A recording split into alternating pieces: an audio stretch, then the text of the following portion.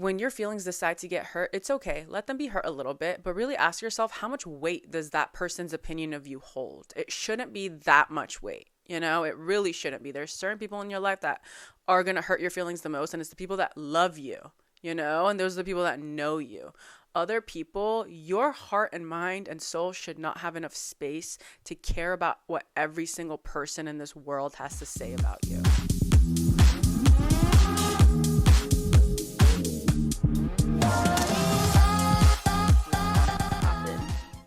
We are on and popping.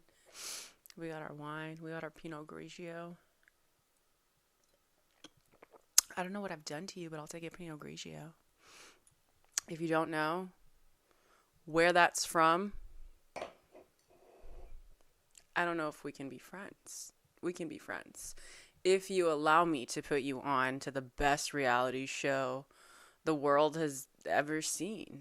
And I say this confidently, which is Vanderpump Rules. Specifically the OG seasons where they didn't know how big they were going to get. So they really, truly were just their unhinged selves. And might I say, there's a lot of water sign placements on that show and a good amount of Virgo and Aquarius placements. So lots of opinionated people, lots of emotions. And that mixture is a great mixture for a reality TV show cast. Like truly, even just cancers. One Cancer. Let me just even dial it back. Put one Cancer. If you're wondering, why isn't the dynamic of this reality TV show working? Guaranteed. 99.99% satisfaction guaranteed if you hire a Cancer and drop them in there. The Cancer will literally be the catalyst to everyone else opening up. They're going to make them open up. They're going to be impulsive. They're going to make people feel impulsive. Emotions are going to be high. Energy is going to be chaotic. TV's going to be good. The ratings are going to be high. Follow for more tips and tricks. Hello. Welcome to Yap Motherfucking Therapy. What do you think this was? This was Yap Therapy. Welcome. I'm ready to yap and I'm ready to heal. And I'm ready to laugh. Are you? Because you should be. Do you have a drink? Because I have my drink. You can have water if you want. You can have anything you want, really. Or you could just be raw dogging it with just me in front of you on the TV. First of all, happy fall. It's the actual most wonderful time of the year. Like, who said that the most wonderful time of the year is Christmas? It's fall. It's fall. I think actually we as a society give way too much credit to winter. Like if your favorite, oh my God, do people have winter as their favorite season? Because I could understand the appeal of summer. Winter? Spring? If one of those is your favorite season, don't comment it down below. Just kidding. You can comment whatever you want. Okay. Happy fall. And what I really want to know, how we're going to start this off, first comment is what spooky or autumn themed show or movies are y'all watching right now? Because I genuinely want to know, and comment it below too, because I am always open for recs. I have been binging, me and my boyfriend have been binging Fear the Walking Dead. And it's so good. It's so good. If you don't know what The Walking Dead is, it's this like OG zombie apocalyptic show. It was so good. Honestly, they lost me after like the 7th season. I'm pretty sure that's how many seasons we watched. And like, it was so good. Like it really was. But after a while, like I feel like it's good to say goodbye before you keep like pushing it, like certain seasons of shows are so good, but then I feel like they get greedy and they keep adding more characters and like making the storyline longer. And it's like, you lost me. You had me at the first half. You know what I mean? But anyway, so Fear the Walking Dead is, I guess, an extension of the Walking Dead universe, but it's based off of what's happening in the West Coast. At least it's starting off in the West Coast, because the Walking Dead is the East Coast, like their zombie apocalypse, the people there. I have been loving this one. I love that it started out in like California, and like the first season, like they kind of like get like this yacht, to get away from the zombies. And like, I just like the dynamics of the people on the show. I'm not gonna give you a spoiler, but like I was so upset. Like I literally cried. My favorite character died. Like top two favorite characters died. And I was pissed. I mean, I still am pissed. Like I said, I'm a Scorpio, so I get very, very, very invested and emotionally tied to anything, everything. But yeah, specifically like shows and movies that I'm into, I'm super, super, super invested. Like my favorite characters, like if anything happens to them, I will feel like genuinely like someone in my own life passed away. So that's how I feel. Sad. But we persist. So that's the spooky show that I have been watching with my mans, and it's so good. So if you need a new spooky show, try that one, and then comment below what your favorite spooky shows and movies that you're excited to watch or that you have watched. I love it all. I watch it year round, but I know people like to watch spooky shit obviously during autumn season and spooky season. Like I feel like the Harry Potters are like perfect spooky season winter vibes too. But yeah, something about like zombie shows and like apocalyptic shows and movies really, really fascinate me. I don't know if you guys feel the same. I just love seeing and analyzing how people act when there are no rules. So like when there's an apocalypse happening, you know what I mean? Or like when the government gets taken over, like shit like that. Like it's so fascinating to me because I genuinely feel as though that you see people's true colors when there are no rules in place. You know what I mean? When there are no laws in place. Like it's interesting seeing how people act when no one can tell them what to do. I mean, that's who you really are, right? You show your true colors when no one is watching, right? Isn't that a quote? And it's so, so true. And the same can be said about like, you know, when you live in an apocalyptic world, there are no rules. There is no government. You're really on your own. I feel like it's obviously a lot of power struggles, different groups of people having power struggles and you feeling like you need to survive. So even just survival mode, I feel like it makes people act a certain way. And it's really fascinating to see how people act. And it's funny because I feel like we were just talking about reality TV, and not to compare reality TV to an apocalypse, but dare I try, as a Libra Mercury, I can make anything connect. I feel like reality TV is kind of the same in the sense that these people are fighting for their life. You know what I mean? Like a reality TV show isn't entertaining if there isn't drama. Like we're not talking about like cake wars. I mean, even those like baking shows, there's drama, right? Like someone made a better cake than you, it's more moist, you're mad.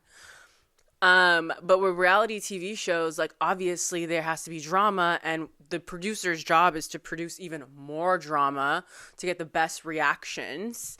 And I feel like that is why a lot of reality TV stars progressively get a little bit crazier and probably more impulsive as the seasons go on, also because they are in survival mode. You know what I mean? This is their job and they want to produce the best work. And it's crazy because like reality TV versus like actual like acting, it's different because acting, you're just putting on a persona and like not many people can like come for you because you're just playing a role. But reality TV, it's your real life, right? Like the production is based on your real life. So I feel like a lot of times there's probably so much pressure to be a certain way and to produce enough drama or to be entertaining enough. And it's interesting seeing the way people act when they're put in that position, because it's like, it's easy for me to tell as someone who's watched so much reality TV since I was young. It's easy for me to tell when someone's being real and they're just like entertaining. Like they are naturally just entertaining and a little bit perfectly messy. You know, my favorite reality TV stars are that. I could tell that they're real, but they're also perfectly messy and they're authentic. You know what I mean? They are just like that. And there happens to be a camera there and they're just entertaining enough to be that. But I think some people, you could tell when they're putting it on, you know? And I think a lot of them, if they feel like, oh, like this is my job now, and they don't know how to be entertaining, you know what I mean? I feel like they will put it on and they'll act a certain way because they think they'll get a certain kind of reaction. So it's just interesting seeing how people act when they are in, you know, survivor mode. Okay, also another TV rec for you. I might have already said this before, but I'm going to say it again. The show From, it's a horror show. It literally just came out with its new episode for the new season, season 3, I think. Yeah, on Sunday, the first day of fall. I was like, yes, yes. Literally one of my favorite horror shows I've ever watched. We're so excited to watch it. So that is a really good show if you're looking for a recommendation. Another recommendation I have for you is Archive 81. It's about like cults and time travel. It's on Netflix. Sadly, it got canceled after one season. So freaking annoying. But that season is so good. It's so good. Again, scary though, you know? So don't go watching it thinking you're going to be joyous and laughing and happy, because you're not. But your brain's going to be working. Oh my God. Okay. So let's talk about some social media astrology, you know, which is shit I saw on social media and then I looked up their birth charts. Therefore, it is social media astrology. So I saw, and this is actually kind of late, but still it matters because we're going to dissect this particular sign. This Dubai princess, her name is Sheikha Mahra. And I'm really proud of myself for being able to pronounce that right, because I know not everyone can get that kha. You know, us Middle Easterners, we got it. Sheikha Mahra divorces her husband via Instagram. So, wow, already, okay, get a girl. This is what she wrote, and I'll post it here. Dear husband, as you are occupied with other companions, I hereby declare our divorce. I divorce you. I divorce you, and I divorce you. Take care, your ex-wife. Damn. Goddamn. Goddamn. Wow. It was giving the note, you know what I mean, from Jersey Shore. Who wrote the note? She did, on her story. And I kind of love that. I love that she did this. Like, I really do wonder, is this the first time she sent that? Like, is this like first contact, you know? Or did she text him and then she posted it on her Instagram? I need to know these things. And then I was like, okay, this is wild. Like, wow. Like, that's actually crazy. So I was like, what's her sign? So I looked it up. February 26th. She is a Pisces. And, you know, I was thinking about it because in my head, I'm like, oh, like she has to be like a fire sign. You know what I mean? Or like a Gemini, like someone that is like bold like that, you know? And then I was like, no, but I get it. I get it. For a Pisces, I get it. Like, we don't talk enough about when Pisces is fed up and how that code switch, you know what I mean, between a Pisces, la la la la, I love you, to I'm done with you. Oh, it's so scary. It's so scary. And I will say it does take Pisces a million years to get there when it comes to someone that they love. Once Pisces' perception of you has changed, it's changed forever, really. It's like a bubble popping, you know, the bubble being the sweet Neptunian fantasy Pisces has created in honor of you. Once that fantasy is gone, it will not be rebuilt, you know, and I promise you, once you lose a Pisces, no love will feel the same. And I'm not being dramatic. I'm not. I genuinely think, and I know that Pisces is one of the most understanding signs, and when they fall, they fall. Like, they fall. There's a reason Venus is exalted in Pisces. You know what I mean? Pisces energy and love is... They got those heart-shaped eyes, like truly, like they can't breathe when you're in the room. Like, they're just really, really into you. But again, when that switch happens where they no longer see you the way that they saw you when they were in love with you, there is no going back. You know what I mean? But like I said, it takes them a long, long time to even think about falling out of love with you, or for something drastic to happen where they're done with you. But when it happens, there is no talking to them about it because the fantasy's gone. You know what I mean? It's gone. Their idea of you is gone. It's dead. And they're honestly ready to mourn you. They are because you have probably occupied their mind for such a long time and have taken up so much space in their mind for such a long time that when they're done with you, they're ready for a factory reset, you know? And once they do that factory reset and they're completely done with you, there is no coming back from that, you know? I briefly just want to talk about the whole Diddy situation.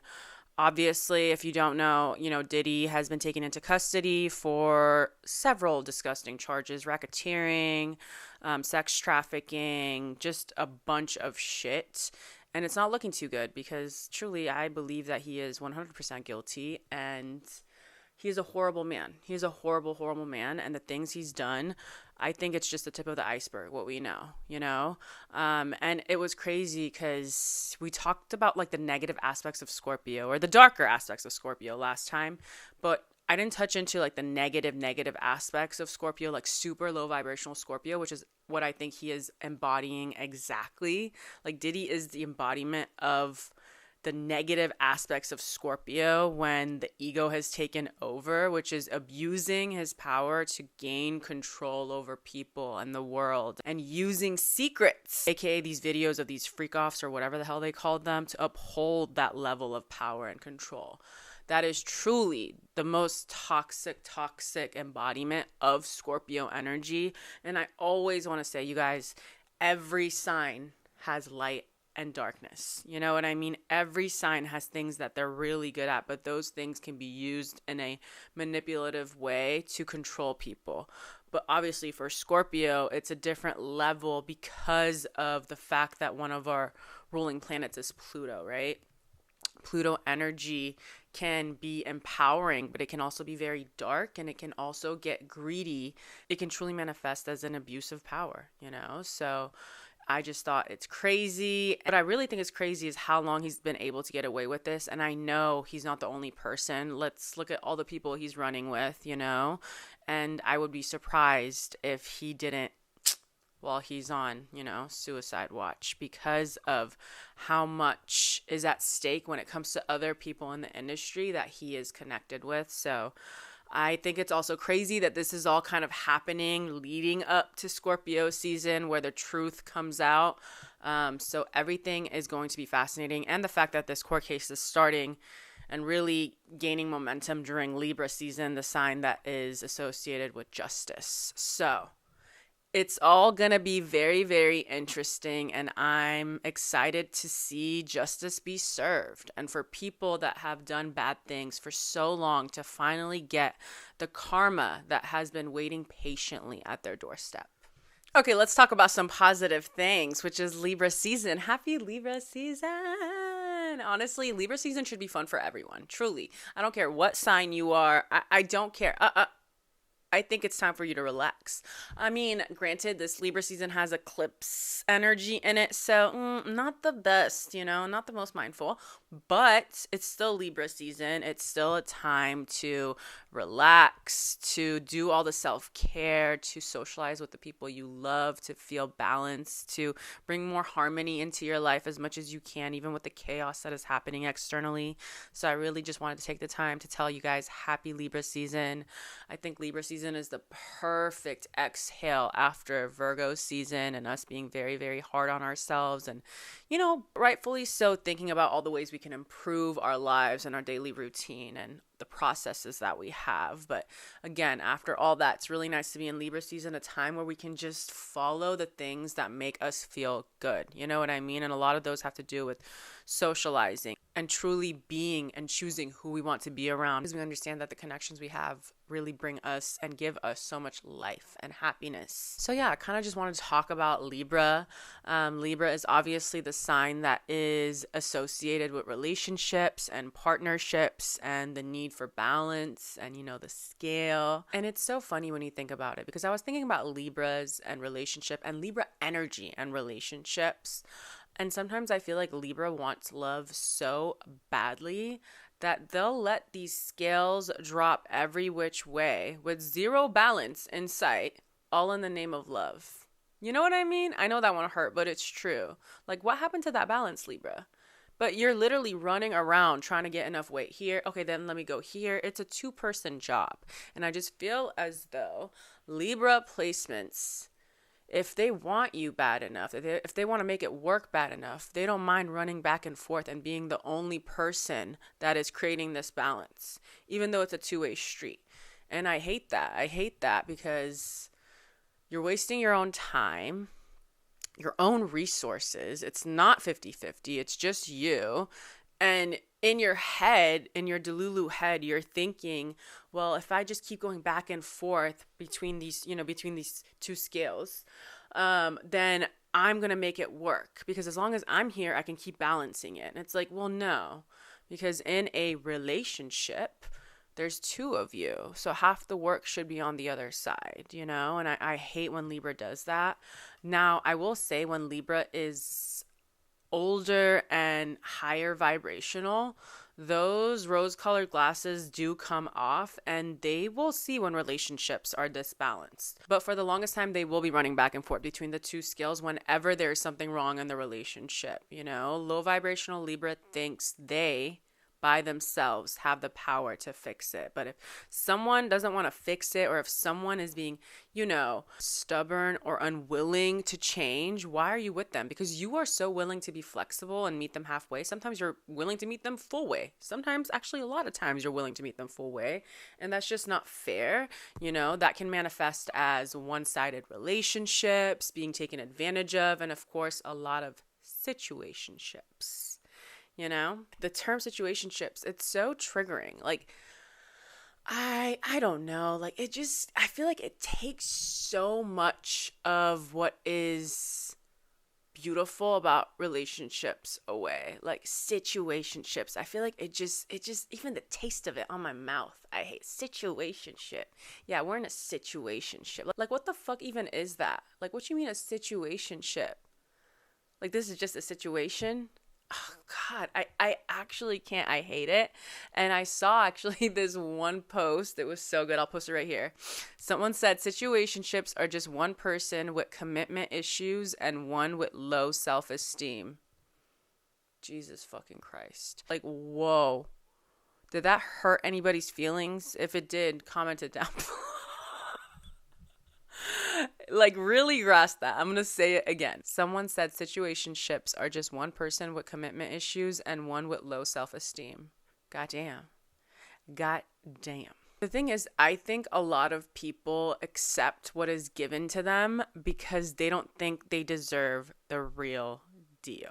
You know what I mean? Stop settling for shitty people and situations and environments, and start figuring out why you think that's the best you deserve. Like, I mean, it's really, really not an easy conversation to have with yourself. You will feel embarrassed because, I mean, and that's why a lot of people don't do it. They don't have these conversations with themselves, and why ignorance is bliss, truly, because if people really wanted to heal, they would do shadow work, and they would go to therapy, and they would journal, and they would have deep conversations where they're being, they're laying it all out on the table. But a lot of people are not ready for all that. But I will say, I think the first question is really asking yourself why you think that's the best. Like, really sit yourself down and be like, okay, this person that I'm in a situationship, this is what they give me. And then right after you write those things down, the things that they give you, right? And then I want you to ask yourself, is that the best you deserve? Is it? Because that is what you're telling yourself, right? That is what you're accepting. So you're telling yourself, right? I'm tapped out. This is what I'm getting. This is the best I deserve. Because I guarantee you, in most of these situationships, if you were to actually list out everything they provide for you or everything they give you, and I don't mean tangible. If you're, what I mean, love language is, gifts, that's fine. That's fine. But I mean everything. Like, what do they give you? A sense of safety? You know what I mean?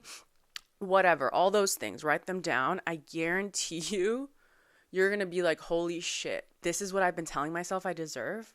Just this? You're going to feel sad. You are. But writing it down will humble you. It will humble you, and it will make you realize, why am I settling for this shit? Truly, why am I settling for this shit? And it sucks because what does it come back to? Someone with low self-esteem. And there's nothing, I want people to remember, there's nothing wrong with having low self-esteem. Don't be embarrassed by it. I think a lot of people want to be confident, and they want to portray like, oh, like I'm confident, I have self-love. And it's embarrassing. I mean, granted, I can say this too, because I have been insecure. I had low self-esteem.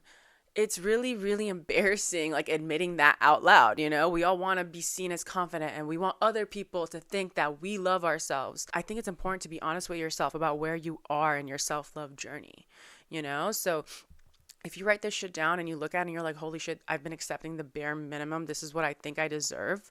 You're going to have a moment where you're like, damn, like, am I insecure? Like, is this where my self-worth is at? But at least you're finally making some headway and making some progress in terms of understanding where you're at when it comes to your self-love journey, your confidence journey, you know? This just reminds me of like the darker side and energy of Libra Venus. You can't want that connection or relationship enough for the both of you. You know, and it comes back to that scale of Libra running back and forth, trying to balance it. Like, you're up, okay, I'll go down today. Oh, you're down, okay, I'll go up today. You know, and it's like, oh, you're running around, and it's like you have energy because you're a cardinal sign and you're trying to make it work, but it's like at the expense of what? You know what I mean? At the expense of your own self-worth and your own sanity. Like, that is just not fun. Like, you don't need a relationship that bad to the point where you're just giving 100% of yourself to somebody that is giving 0, you know, and they are going to know that you're always going to be there, because when they give you 0, you're still there. Like, it's actually insane. Of course, someone's going to go shopping at a store where they get everything for free all the time. Why would they not go? Yeah, whenever I go there, I get everything for free. I don't know why, but I keep going. And that's the person in the relationship that has commitment issues. And you're the one with the low self-esteem. So of course they keep coming back because they see how much they can get away with, you know? Both people have to be on the same page at the beginning of the relationship, you know? A lot of people just lie to themselves about what they want. You probably want a relationship. You don't want just fun. You don't want no strings attached. Granted, there's like 5% of people that do, but most people don't. And if you do, then you know what? Then your feelings aren't capable of getting hurt, right? So it's not a situationship. You guys are friends with benefits, you know, fuck buddies or whatever you want to call it. But a lot of times people are like, yeah, I'm okay with it. Like, I want no strings attached, but then your feelings get hurt. And it's like, you just lied to yourself about what you wanted because you wanted to appease the other person. You wanted to make them stay. You wanted to come off cool and aloof. But now you're hurting yourself in private. You know what I mean? When you're alone, you're thinking about how you want more. But you can't say that to them because you already said that this isn't that serious for you either. And it is just a situationship. You're like lying to yourself. Yeah, I think I've just seen it happen so many times where people lie to themselves to appease the other person. The one that's scared of commitment, you know, that's what they say. They're so scared of commitment. Or the one that isn't scared of commitment, but just doesn't want to commit to you. Ooh, see, that's hard. That is harsh, I know, but somebody's got to say it. It's like those situations where someone's like, oh, I'm not ready to be in a relationship. Then like a month or two later, they get a girlfriend or they're like engaged. And that shit hurts, you know? I can imagine that shit fucking hurts because it's like, oh, so you just didn't want to commit to me. But the thing is, that's why you should have just walked away as soon as they didn't want to commit.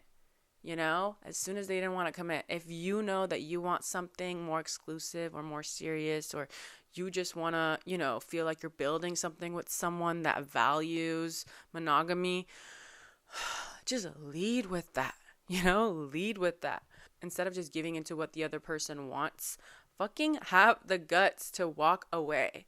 Believe in the universe enough to know that someone else will come. Like, this isn't your end-all be-all person. I promise you, you didn't just lose your soulmate because someone that you liked wanted to keep it casual. Like, truly, like, that's probably not your soulmate. We talk about fear-based mindset a lot when it comes to money and, like, you know, financial habits, right? When you're trying to heal your money wounds on this planet, in this world, you have to repeat certain affirmations, right? About money. Like, I have a healthy relationship with money. I am financially abundant, like, you know, on and on. There's certain affirmations you can do to heal your money wound and to stop living in a scarcity mindset because you're fearful of not having money, a fear-based mindset, right? When it comes to money, the same I feel like goes for relationships. Stop having a fear-based mindset when it comes to relationships and romantic love, even friends, you know, but for now we're focusing on love. When you hold on to one person, you are literally telling the universe that you don't believe in its ability to give you someone new. Give you a goddamn upgrade. You know what I mean? Give you your soulmate. Subconsciously, you are telling yourself that there is a lack of people that want you. That's the story you're painting yourself. Since you're so terrified of letting this shitty person go. You know, it is. That is what you're telling yourself, because you are trying to hold on to someone so badly, and the universe is like, oh, well, I guess that's what they think they deserve. Like, they just will not let this person go. They literally could have someone lined up for you, waiting for you, but you are holding on to this other person so tight that the universe is letting you know, well, okay, well, if you're so scared of anyone new coming, I guess no one new will come in, because you're holding on to this other person for dear life. And obviously, I'm sure therapy will go a long way when it comes to all of this, you know, feelings of worthiness, making fear-based decisions, all of this shit, right? A lot of times we just tell ourselves this story. And a lot of times that story is just set in our subconscious. If you do spiritual work enough or whatever, you will tap into the stories that your subconscious is telling you. That is when you truly start shifting and changing. That is when your world opens up in so many ways, is when you completely shatter that story and you tell yourself that you have options, that the universe makes sure you have options. A lot of times we need to remember that the universe has our back. It's so simple, but yet so hard. You know what I mean? Like, I don't know about you guys. One of the things I always dealt with when it came to trusting the universe, I always told myself, but like, why me? You know what I mean? Like, there's so many people. The universe is just going to make things happen for me because I believe in it. Like, all these, you know what I mean, negative thoughts that you may have, just let them die. Let them fucking die. Like, of course you can also have anything you want. Of course the universe is taking care of you. Look how fucking big it is. Our planet, our galaxy, the Milky Way, like, all that shit is tiny compared to the actual size of the universe. Yes, the universe has the power to take care of you. You just have to tell yourself that you deserve these things and that you believe in its ability to open up new doorways for you and to bring new relationships to you. You have to believe in its ability to create miracles for you, you know? But the first step is understanding that you have been accepting a certain amount or a certain type of person or whatever, and it's time for you to stop accepting that. It's time for you to believe that you deserve more, and it's time for you to let it go. Let that person go. Let the job go. Whatever. Let a certain toxic family member go. Let them go and trust that you'll be okay. Because when you tell the universe that, by letting them go, you're telling the universe, yeah, like, I think you have something good for me. And the universe is like, yeah, I actually do. I was just waiting for you to kick them out. Okay, on to the next topic. I actually saw a video on Instagram where they were talking about how funny people tend to have trauma, which is not a hot take. I feel like that's a well-known thing. Like, truly, I mean, even just stand-up comedians, like, the shit they share, like, it's like, oh my God, but like, it's so funny. You know what I mean? Like, funny people, like, they're not just funny out of nowhere. Like, they have gone through things to have, you know, these types of takes and ability to make people laugh through their own pain. But yeah, I'll post the snippet of the video here because I can't remember the name of the person. Basically talking about how funny people are funny because their childhood was anything but funny, you know? And it's true. It's honestly true. And he went in even deeper and said that basically you become what your parents need you to be.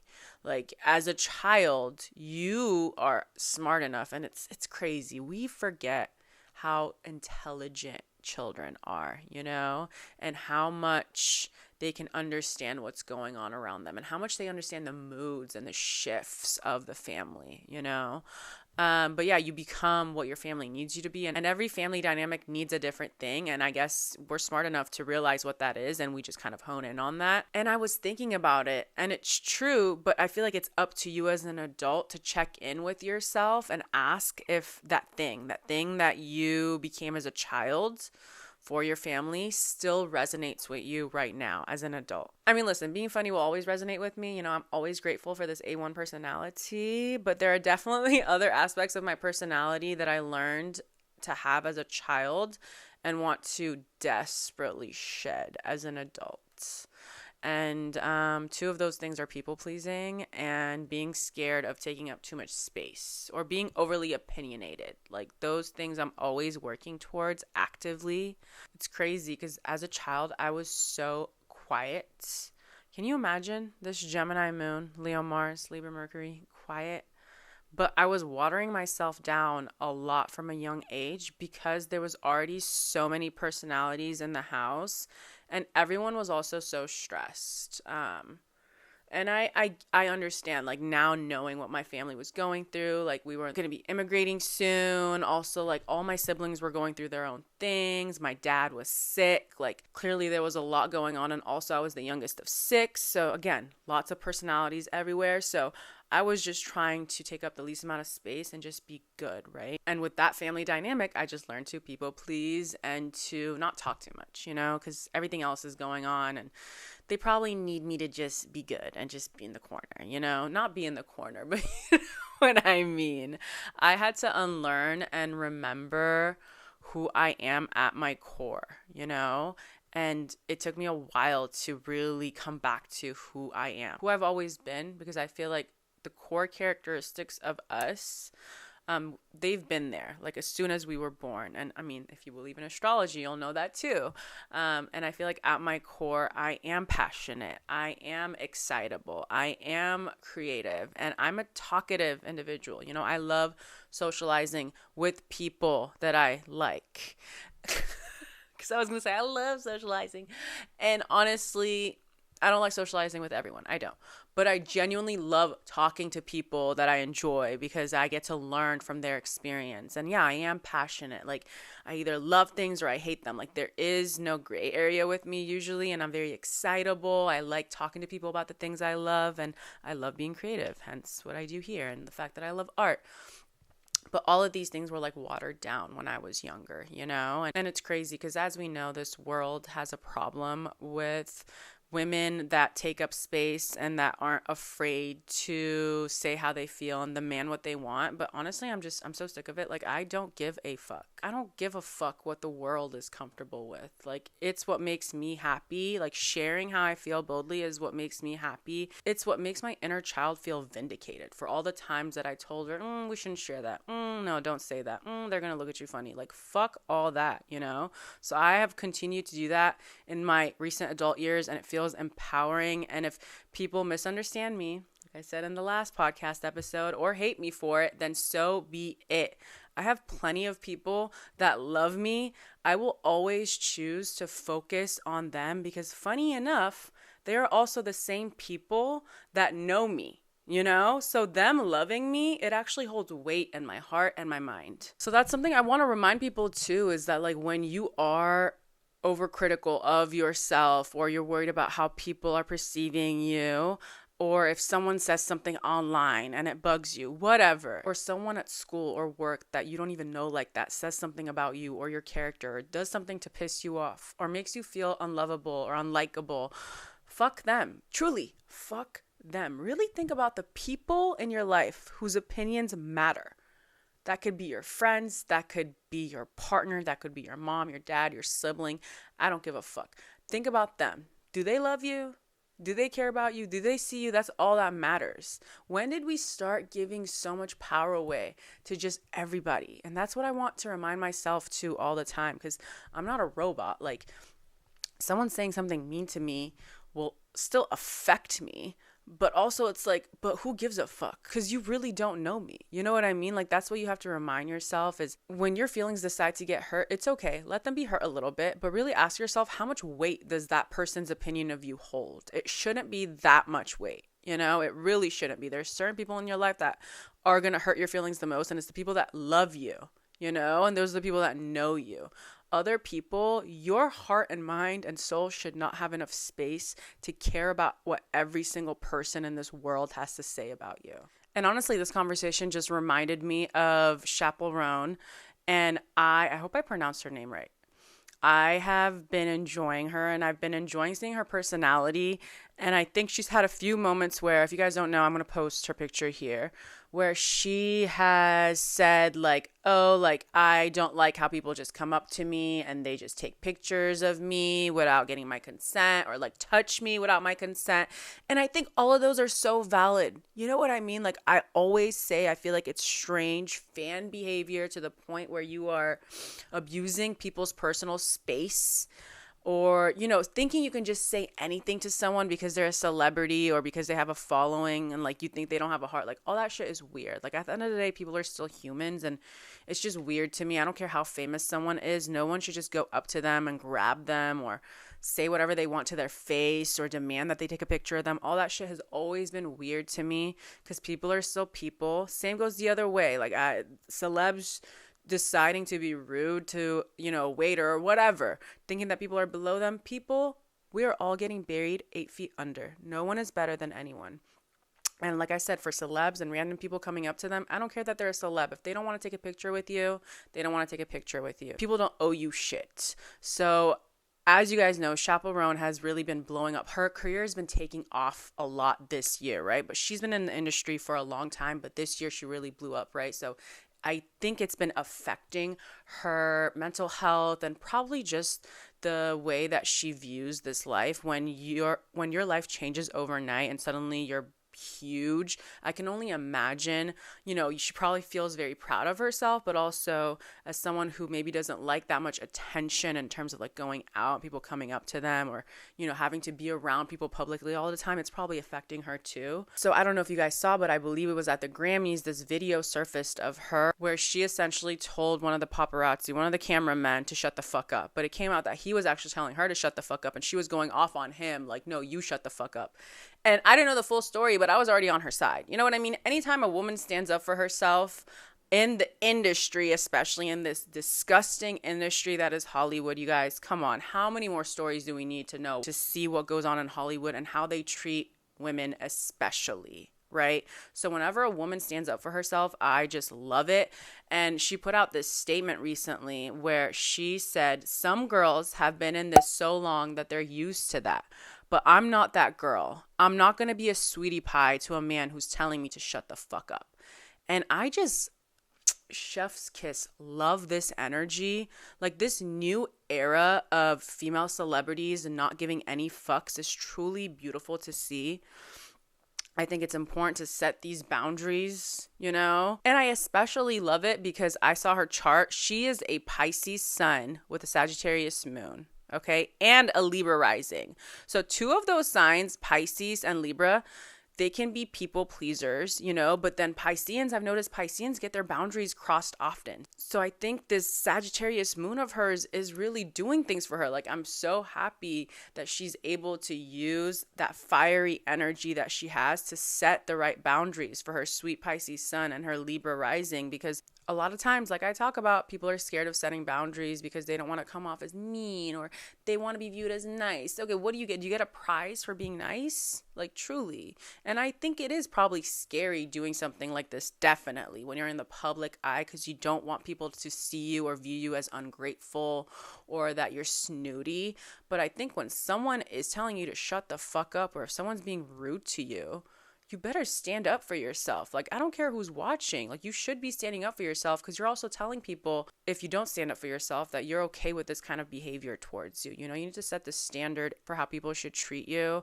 And I am here for it. I am here for it. And you know, a Sagittarius placement will let you know faster than anyone when you've disrespected them. And they will let you know, if you ever think you can do me like that again, I will never, ever, ever be around you again. And actually, I'm going to make it my whole life's purpose to go around the world and talk about how much I fucking hate you. Because if you didn't know, I'm a Sagittarius and I get around the world. So the whole entire world will hate you, and you don't want that, do you? All right, you guys, that is the end of this episode. I hope you guys have been having a really, really nice week.